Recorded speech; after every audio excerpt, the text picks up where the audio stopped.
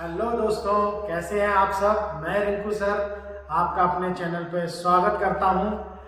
आज हम लोग ज्योग्राफी की एमसीक्यूज की दूसरी क्लास देख रहे हैं। इसके पहले मैंने आपको एक वीडियो दे रखा है, आशा है कि वो वीडियो आपको अच्छा लगा होगा। आज हम लोग ज्योग्राफी की दूसरी क्लास शुरू करने वाले हैं और इसमें भी एमसीक्यूज यानी मल्टीपल चॉइस क्वेश्चंस होंगे। ये सारे questions upcoming exams SSC GD, UPPSC, इसके बाद सीजीएल, सीएचएसएल और भी जितने भी अपकमिंग एग्जाम हैं सबके लिए बहुत उपयोगी होने वाली है। चलिए शुरू करते हैं अपनी क्लास। यहाँ पर पहला क्वेश्चन है हमारा,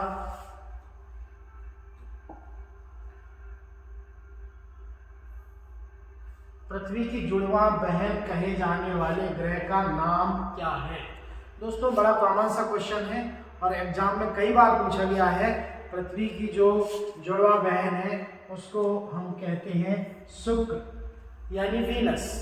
मैं आपको बता दूं कि शुक्र ग्रह को हम लोग सांझ का तारा, भोर का तारा यानी मॉर्निंग स्टार, इवनिंग स्टार और पृथ्वी की जुड़वां बहन कहते हैं।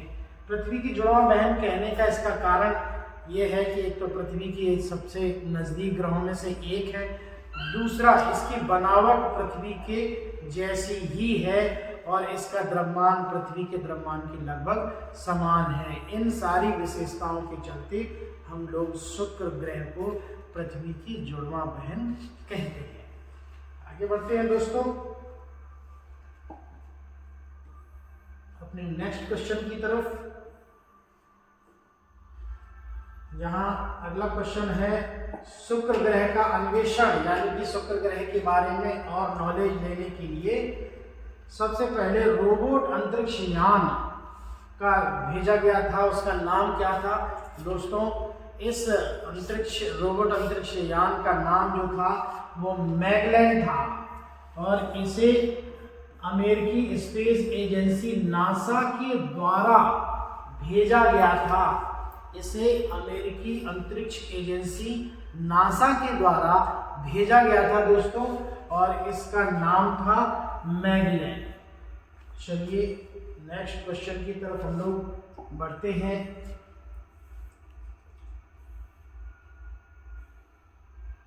अगला क्वेश्चन है हमारा, कहता है निम्नलिखित में से कौन से ग्रह के सर्वाधिक उपग्रह अथवा चंद्र हैं।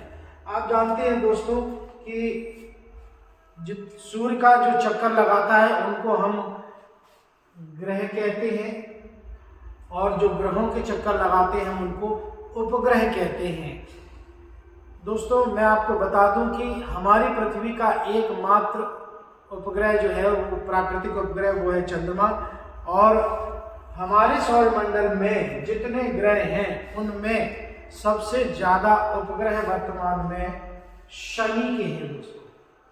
वर्तमान में सर्वाधिक उपग्रहों की संख्या वाला ग्रह जो है वो शनि है, जिसके वर्तमान में 82 उपग्रह हैं।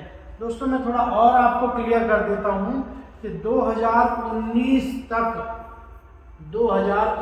तक बृहस्पति के सर्वाधिक उपग्रह थे, यानी बृहस्पति वो ग्रह था जिसके पास ये तमगा था सर्वाधिक उपग्रह वाला। वर्तमान में बृहस्पति के 79 यानी 79 उपग्रह हैं, जबकि शनि के उपग्रह जो है 2019 के बाद 2020 में 20 उपग्रह शनि के एक साथ खोजे गए, जिसके बाद शनि के उपग्रहों की संख्या अब वर्तमान में 82 हो गई है। दोस्तों मैं एक बात और बताने जा रहा हूं कि हमारे सौरमंडल में दो ऐसे उपग्रह भी हैं, दो ऐसे ग्रह भी हैं जिनके अपने कोई उपग्रह नहीं है और वो ग्रह जो हैं हमारे वो है बुध और शुक्र, जिनके अपने कोई उपग्रह नहीं है। उसका कारण मैं आपको थोड़ा सा बताता हूँ, बहुत शॉर्ट में आपको यहाँ बताता हूँ। कई करोड़ लाख वर्ष पहले सूर्य आप तो जानते ही हैं कि सूर्य के सबसे नजदीक ग्रह जो है मरकरी है, और फिर वीनस यानी शुक्र है, फिर इसके बाद पृथ्वी है, मंगल है, बृहस्पति है, शनि है, अरुण है, वरुण है। ये 8 ग्रह इसी क्रम में है। तो मैं आपको बता दूं कि कई करोड़ वर्ष पहले, कई करोड़ लाख वर्ष पहले इन दोनों ग्रह यानी बुध और शुक्र दोनों के एक एक उपग्रह थे, लेकिन एक तो सूर्य से नजदीकी के कारण और दूसरा बहुत छोटे उपग्रह होने के कारण सन ने इन दोनों ग्रहों के उपग्रहों को अपनी ओर खींच लिया और उनको नष्ट कर दिया। तो इस तरह से आज जब से हमारी पृथ्वी का जन्म हुआ है तब से लेकर आज तक इन दोनों ग्रहों के यानी बुध और शुक्र के कोई भी उपग्रह नहीं है। दोस्तों आगे बढ़ते हैं हम लोग।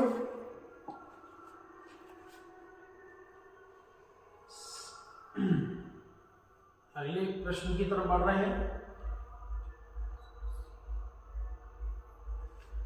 हाल ही में निम्नलिखित में से किस ग्रह ने एक ग्रह होने की स्थिति खो दी है? मैं आपको बता दूं दोस्तों, हाल ही में निम्नलिखित में से किस ग्रह ने एक ग्रह होने की स्थिति खो दी है? दोस्तों मैं आपको बता दूं कि हमारे सौर मंडल में पहले 9 ग्रह थे, 9 ग्रहों को मान्यता थी, लेकिन कालांतर में वैज्ञानिकों ने, खगोल विज्ञानियों ने ये पाया कि जो प्लूटो ग्रह है इसके बारे में हमको कोई जानकारी नहीं मिल रही है और ना ही इसके बारे में कुछ अन्वेषण किया जा सकता है, क्योंकि यह हमारी पृथ्वी से बहुत ज़्यादा दूर है। इस वजह से यानी कि अन्वेषण की कमी और बहुत अत्यधिक दूर होने के कारण इसे ग्रह की संज्ञा से मुक्त कर दिया गया है। अब वर्तमान में हमारे सौर मंडल में दोस्तों कुल 8 ग्रह हैं। पहले सूर्य से अगर क्रम देखा जाए तो पहले बुध है, फिर शुक्र है, फिर पृथ्वी है, फिर मंगल है, फिर बृहस्पति है, फिर शनि है, फिर अरुण है, फिर वरुण है। आगे बढ़ते हैं दोस्तों। तो इसका आंसर जो है वो हमारा हो जाएगा प्लूटो यानी कि यम। प्लूटो हिंदी में इस ग्रह को कहते हैं यम। अब चूंकि इसका अस्तित्व ग्रह से खत्म हो गया है अत्यधिक दूरी के और जानकारी के अभाव के कारण। आगे बढ़ते हैं दोस्तों, बड़ा इंपॉर्टेंट क्वेश्चन है, इसके बारे में देखते हैं जरा। प्रश्न है हमारा दोस्तों,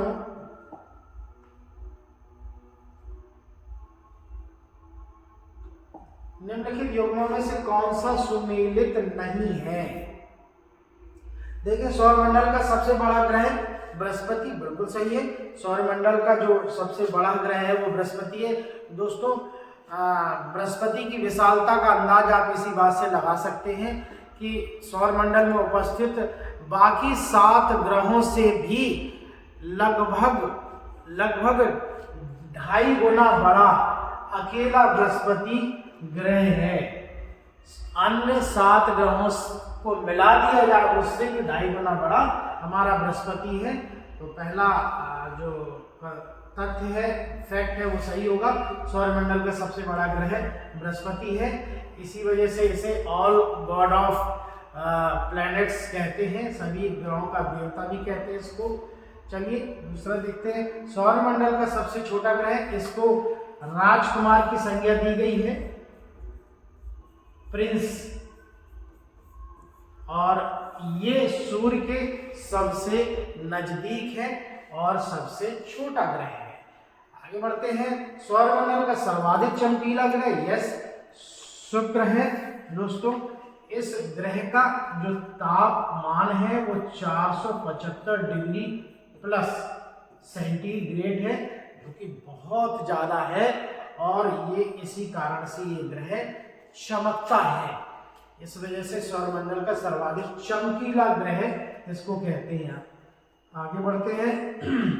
सौरमंडल का मंद मत गति वाला ग्रह, इन्होंने दे रखा है मंगल। मैं आपको बता दूं कि सौरमंडल का मंद मत गति वाला यानी कि धीमे चलने वाला, धीमी गति वाला ग्रह आपसे पूछा जा रहा है, तो मैं आपको बता दूं कि धीमे गति वाला ग्रह जो है वो मंगल ना होकर बृहस्पति है। बृहस्पति है। मैंने अभी आपको बताया कि बृहस्पति हमारा सबसे विशाल ग्रह है पूरे सौरमंडल में, और ये जो इसकी जो गति है वो बहुत धीमी है, इसी वजह से इसको मंद मत गति या धीमी गति वाला ग्रह भी कहा जाता है। आगे बढ़ते हैं अपने अगले प्रश्न की तरफ, देखते हैं दोस्तों।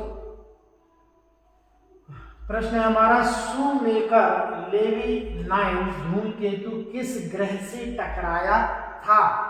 शूमेकर लेवी धूमकेतु किस ग्रह से टकराया था? मैं आपको पहले बता देता हूं कि धूमकेतु क्या होता है। धूमकेतु जो होते हैं वो वास्तव में एक ग्रह से भी छोटे होते हैं, क्षुद्र ग्रहों से भी छोटे होते हैं, और ये तमाम चीज़ों से, बर्फ से, हिमानी से और धूल के कणों से मिलकर बने होते हैं। दोस्तों मैं आपको बता दूं कि जो धूमकेतु है शूमेकर लेवी, ये बृहस्पति से 1994 में टकराया था। बृहस्पति ग्रह से 1994 में ये टकराया था। ये धूमकेतु उस समय वैज्ञानिकों की इस पर खास नजर थी, स्पेशली नासा की। आगे बढ़ते हैं दोस्तों हम लोग अगले प्रश्न की तरफ।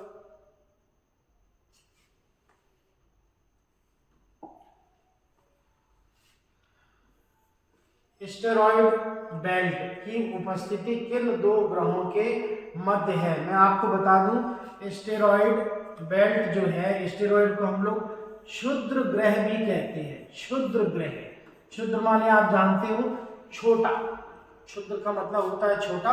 दोस्तों जो ग्रह और जो धूमकेतु होते हैं उनके बीच की स्थिति वाले जो ग्रह होते हैं, यानी ग्रहों से छोटे और धूमकेतु से बड़े यानी उल्का पिंड से बड़े जो होते हैं वो क्षुद्र ग्रह कहलाते हैं।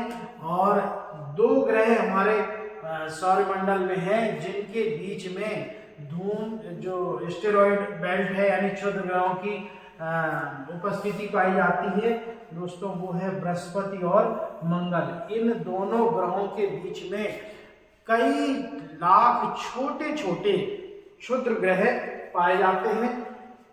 इनको हम अवांतर ग्रह भी कहते हैं। क्षुद्र ग्रह, एस्टेरॉयड या अवांतर ग्रह भी कहा जाता है, जो बृहस्पति और मंगल के बीच में पाए जाते हैं और इन दोनों ग्रहों की चक्कर लगाते हैं। आगे बढ़ते हैं दोस्तों, हम लोग अपने नेक्स्ट क्वेश्चन की तरफ बढ़ रहे हैं। पुच्छल तारे चमकते हुए प्रकाशीय पिंड हैं जो परिक्रमा करते हैं।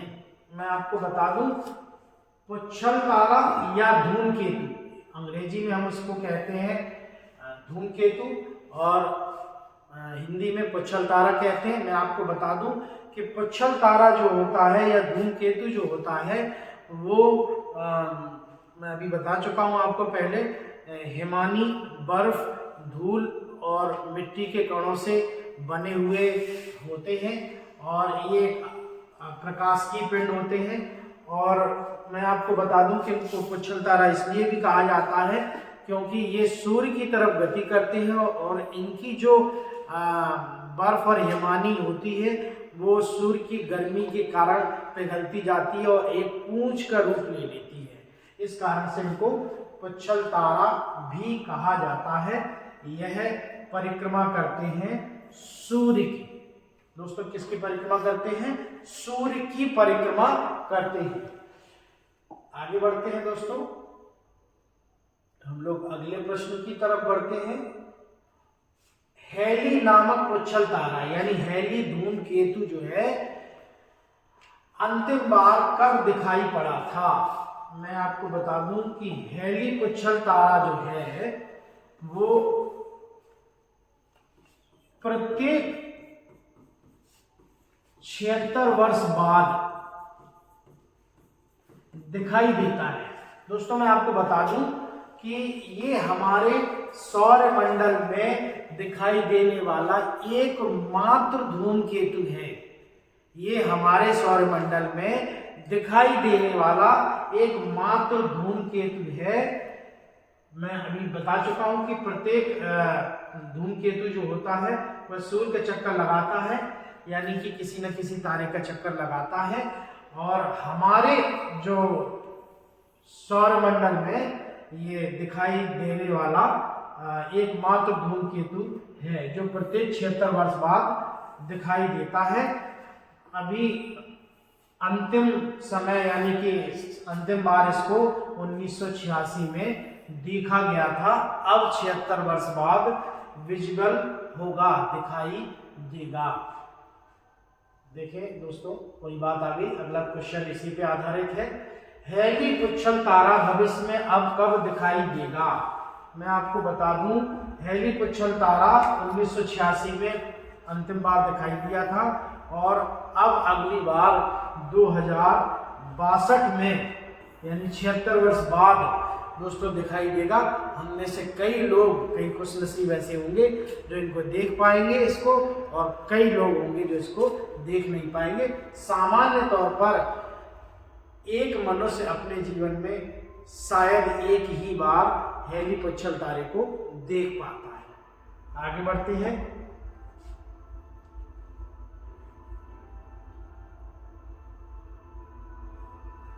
अगला प्रश्न है, उच्छल तारे की पूंछ किस दिशा में होती है?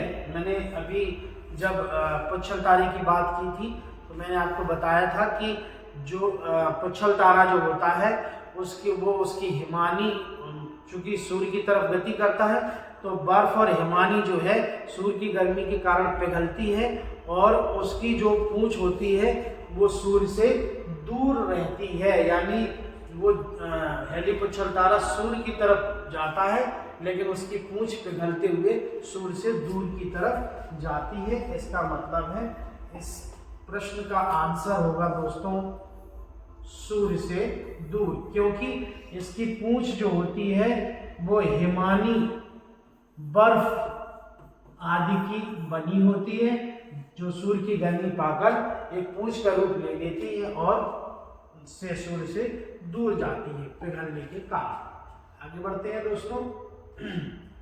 ग्लोब पर दो स्थानों के बीच की जो न्यूनतम दूरी, देखें दोस्तों, ग्लोब पर माने जो पृथ्वी का जो ग्लोब होता है, हमारे अर्थ का ग्लोब है, ग्लोब पर दो स्थानों के बीच की न्यूनतम दूरी कहाँ पर पाई जाती है? तो मैं आपको बता दूं कि जो न्यूनतम दूरी है वो प्रधान देशांतर रेखा पर पाई जाती है। आपको मैं बता दूं कि प्रधान देशांतर रेखा क्या होती है। हमारे ग्लोब पर जो 0 डिग्री की देशांतर रेखा होती है, 0 डिग्री की देशांतर रेखा होती है दोस्तों, इसी देशांतर रेखा को प्रधान देशांतर रेखा या प्रधान यामोत्तर रेखा कहा जाता है। विश्व भर का जो समय है वो इसी प्रधान देशांतर रेखा यानी 0 डिग्री की देशांतर रेखा यानी कि प्रधान यामोत्तर रेखा से निर्धारित होता है। दोस्तों आपको ये भी पता होगा या नहीं पता है तो मैं इसको और क्लियर कर रहा हूं कि यह देशांतर रेखा इंग्लैंड यानी ब्रिटेन के ग्रीनविच नामक शहर से होकर गुजरी है। यहीं से विश्व भर का टाइम लिया जाता है जिसको कहा जाता है GMT यानी ग्रीनविच मीन टाइम। और हमारे भारत के समय से जो ग्रीनविच टाइम है, जो 0 डिग्री की देशांतर रेखा है, इससे जो टाइम लिया गया है, अंतर्राष्ट्रीय समय लिया गया है, इससे हमारे भारत का टाइम जो है 82.5 डिग्री भारत की अक्षांशीय जो पूर्वी रेखा है, यहाँ भारत का टाइम निर्धारित कर दिया। ये आइडियल है इंडियन टाइमलाइन, और ये जो है ये 5:30 मिनटी दोस्तों GMT से आगे है, यानी प्लस है इसका समय। तो इसका आंसर होगा ग्लोब पर दो स्थानों के बीच की जो न्यूनतम दूरी है वो प्रधान देशांतर रेखा पर होती है। आगे बढ़ते हैं मित्रों। मध्यरात्रि का सूर्य दिखाई देता है।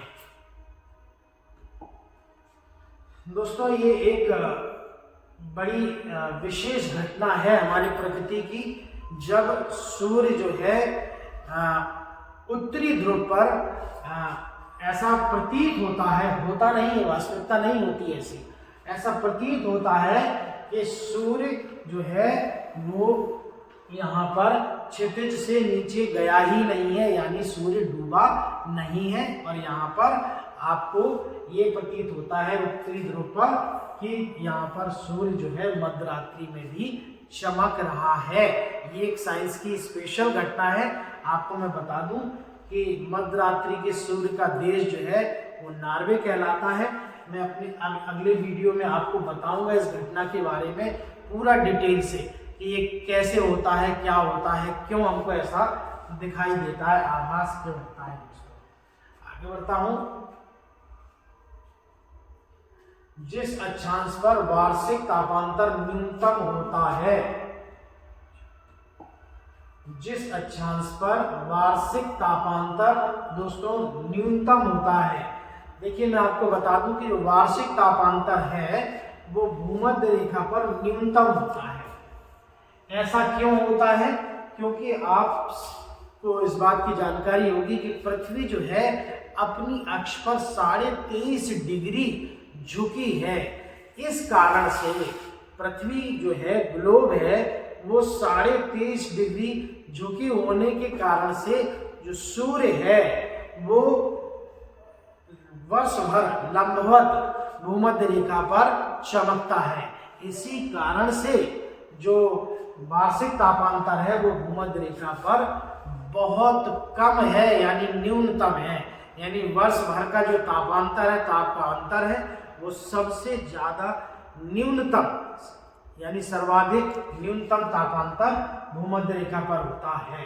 और सर्वाधिक तापांतर जो होता है वह ध्रुवों पर पाया जाता है, क्योंकि वहां पर जो सनलाइट है वो कम पहुंचती है। आगे बढ़ते हैं दोस्तों। दिन रात किस कारण होते हैं? अभी मैंने आपको दोस्तों बताया कि देखिए दो चीजें हैं, मैं आपको बता दूं, एक ऋतु परिवर्तन है और एक होता है दिन रात का परिवर्तन। तो मैं आपको बता दूं जो ऋतु परिवर्तन होता है वह सूर्य जब पृथ्वी है वो सूर्य के जो चक्कर लगाती है, यानी उसको कहते हैं भूपरिभ्रमण। क्या कहते हैं? भूपरिभ्रमण। तो यानी कि भूमि का परिभ्रमण करना, यानी चारों तरफ सूर्य के घूमना, ये ऋतु परिवर्तन का कारण बनता है। जबकि पृथ्वी जब अपनी अक्ष पर मूव करती है इस तरह से, तो वहां पर दिन और रात होते हैं, क्योंकि सनलाइट जिस क्षेत्र पर पड़ती है वहां पर दिन होता है। और जो जैसे मान लीजिए मैं अपने आप को पृथ्वी मान लूं और सामने से सनलाइट पड़ रही है, तो जहां पर जिस हिस्से में सनलाइट पड़ रही होती है उस हिस्से पर दिन होता है। और जैसे यहाँ सनलाइट पड़ रही है, पीछे अंधेरा रहेगा, तो इसका मतलब है कि पीछे रात होगी, यानी यहाँ इस क्षेत्र में रात होगी। जैसे पृथ्वी घूमती है तो ये वाले हिस्से में फिर रात हो जाती है और ये वाले हिस्से में दिन हो जाता है। इस तरह से दोस्तों पृथ्वी का जो अपनी अक्ष पे घूमना है, रोटेशन है, अपनी एक्सिस पे रोटेशन है, उस कारण से दिन और रात होते हैं।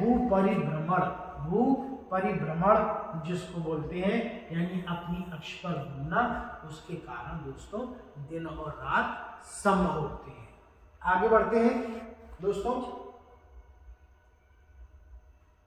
किसी स्थान का मानक समय जो है निर्धारित करने का आधार क्या होता है, मैं आपको बता देता हूं। किसी भी स्थान का मानक समय, अभी मैंने आपको बताया कि 0 डिग्री की देशांतर रेखा होती है, उससे पूरे विश्व का टाइम निर्धारित होता है। मैंने अभी भी आपको बताया था कि जो 0 डिग्री की देशांतर रेखा होती है दोस्तों, इसको प्रधान यामोत्तर कहते हैं।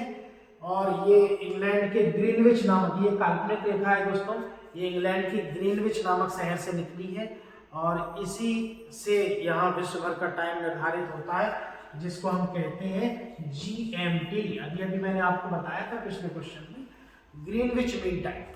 तो किसी स्थान का मानक समय निर्धारित करने का आधार जो होगा दोस्तों, वो होगा प्रधान मध्याह्न रेखा, प्रधान यामोत्तर रेखा या प्रधान मध्याह्न रेखा या 0 डिग्री की देशांतर रेखा, जो ग्लोब के ठीक मध्य से उत्तर से दक्षिण की ओर, उत्तर से नॉर्थ से साउथ की ओर, उत्तर से दक्षिण की ओर खींची गई है। इसको हम कहते हैं 0 डिग्री की देशांतर रेखा, प्रधान यामोत्तर रेखा या प्रधान मध्याह्न रेखा कहते हैं। आगे बढ़ते हैं दोस्तों, इसी से पूरे विश्व का टाइम निर्धारित होता है। जब हम, मैं थोड़ा सा और इस पे प्रकाश डालना चाह रहा हूँ, अपनी बात को और क्लियर करना चाह रहा हूँ आप तक पहुँचाने के लिए। जरा देखिए कि जब हम इस GMT से पूर्व की ओर बढ़ते हैं, यानी पूर्व की ओर बढ़ते हैं, तो टाइम जो होता है वो प्लस होता है, और जब हम पश्चिम की तरफ जाते हैं तो टाइम जो होता है वो माइनस होता है। मान लीजिए GMT यानी लंदन में मान लीजिए दोपहर का 12 बजा है, तो जब हम इस तरफ जाएंगे तो यहाँ ठीक उसी समय दोपहर के जब यहाँ 12 बजे होंगे तो यहाँ टाइम जो होगा वो घटेगा और इस तरफ टाइम बढ़ता चला जाएगा। मैं आपको थोड़ा और बता देता हूँ इसके बारे में। हालांकि ये पूरी बात मैं टाइम के बारे में या इंटरनेशनल टाइमलाइन के बारे में अपने एक वीडियो में बताऊंगा आपको, लेकिन फिर भी मैं आपको बता देता हूँ कि 1 डिग्री जो 1 डिग्री है, पृथ्वी जब मूव करती है तो उसको 4 मिनट का समय लगता है दोस्तों, 4 मिनट का समय लगता है। और इस तरह से जब ये 15 डिग्री मूव कर लेती है तब इसको कुल 1 घंटे का समय यानी 60 मिनट का समय लगता है दोस्तों।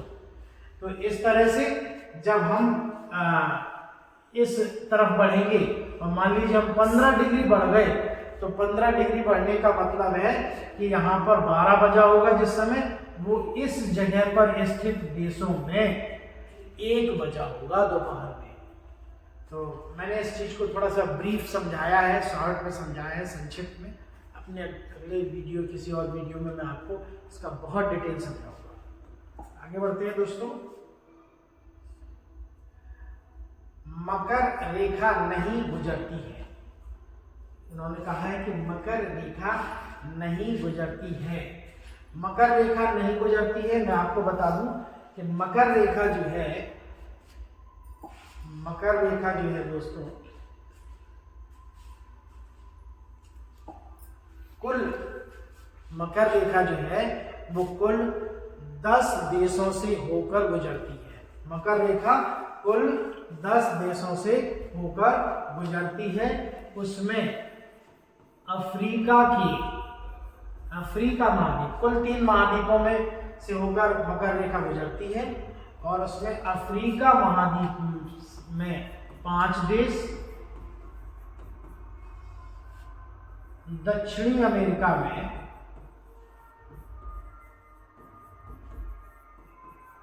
4 और 1 देश ऑस्ट्रेलिया महाद्वीप में, जिसको फ्रेंच पोलिनेशिया कहते हैं, जो ऑस्ट्रेलिया में स्थित देश है। तो आपको मैं बता दूं कि ये जो मकर रेखा है वो यहाँ पर जो बोलीविया है इससे होकर नहीं गुजरती है, बोलीविया से होकर नहीं गुजरती है। आगे बढ़ते हैं। निम्न में से कौन सा व्रत है वो पूछ रहा है कि पृथ्वी पे जो ग्लोब पर काल्पनिक रेखाएं खींची गई हैं उनमें वो जो सबसे बड़ा वृत्त है वो कौन बनाता है। मैं आपको बता देता हूं कि पृथ्वी के ग्लोब पर, ये पृथ्वी का ग्लोब है दोस्तों, पृथ्वी के ग्लोब पर जो 0 डिग्री की अक्षांश रेखा है, 0 डिग्री की अक्षांश रेखा, जो इस तरह से क्षैतिज रेखाएं खींची जाती हैं इनको हम अक्षांश रेखाएं कहते हैं। इनको हम अक्षांश रेखाएं कहते हैं। इस तरह की जो रेखाएं खींची जाती हैं पृथ्वी के ग्लोब पर, ये काल्पनिक रेखाएं हैं दोस्तों, ये इनको हम अक्षांश रेखा कहते हैं। और ये पूरे ग्लोब पर राउंड में खींची गई है। तो आप देख रहे हैं कि अगर यहां से कोई रेखा खींची गई होगी तो वो छोटा वृत्त बनाएगी, और जो पृथ्वी के ठीक बीचों बीच यानी 0 डिग्री की अक्षांश जो रेखा होगी वो सबसे बड़ा वृत्त बनाएगी। आप देखेंगे कि ग्लोब पर हम बीचों बीच जब हम एक रेखा खींचेंगे तो वो सबसे बड़ा वृत्त बनाएगी, और उसी को हम कहते हैं विषुवत रेखा या भूमध्य रेखा। भूमि के मध्य से खींची गई रेखा जो होती है दोस्तों वो सबसे बड़ा वृत्त बनाती है, और उसी को कहते हैं हम भूमध्य रेखा या विषुवत रेखा या इक्वेटर लाइन कहते हैं। तो आंसर हो जाएगा हमारा दोस्तों भूमध्य रेखा। आगे बढ़ते हैं दोस्तों। सर्वाधिक मौसमी विषमताएं कहाँ पाई जाती हैं। क्वेश्चन हमें हमारा है कि सर्वाधिक मौसमी विषमताएं जो पाई जाती हैं वो कहाँ पाई जाती हैं।